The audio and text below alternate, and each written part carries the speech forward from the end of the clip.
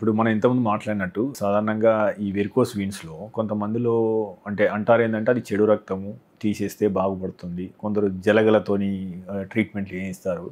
So ఈ విషయంలో అంటే అపోహలు ఏంటి, వాస్తవాలు ఏంటి, కొద్దిగా వివరిస్తారా? సార్ ఒక విషయం చెప్తాను సార్. ఇప్పుడు మన బాడీలో 2 రకాల రక్తాలు ఉంటాయి. గుండె నుంచి కాలికి వచ్చే రక్తనాలు అవేంటి, ధమనులు. అవి మంచి రక్తాన్ని గుండె నుంచి తీసుకొచ్చి కాలికి ఇస్తాయి.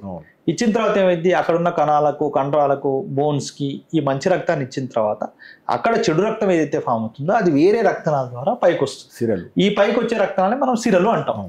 సిరల్లో ఉండేది బ్యాడ్ బ్లడ్. అంటే bad blood in the sense doesn't mean that అది వేస్ట్ బ్లడ్ అనేది కాదు, ప్యూరిఫై చేయాలి. అంటే డీఆక్సినేటెడ్ బ్లడ్ అనేది దాని మెయిన్ మీనింగ్.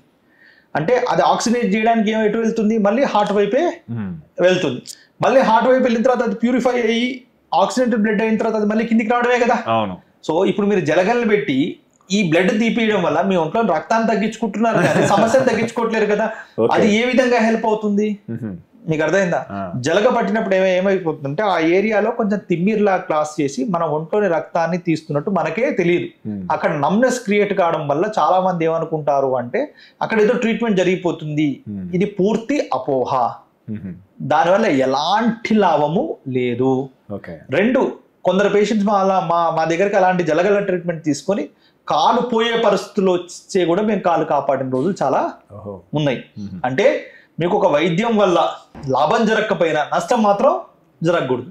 కానీ దీనివల్ల నష్టం జరిగే అవకాశాలు కూడా ఉన్నాయి. ఎందుకు, జలగలు దేన్ని పట్టుకొని రక్తాన్ని పీలుస్తాయి, ఈ సిరలను పట్టుకొని పీలుస్తాయి.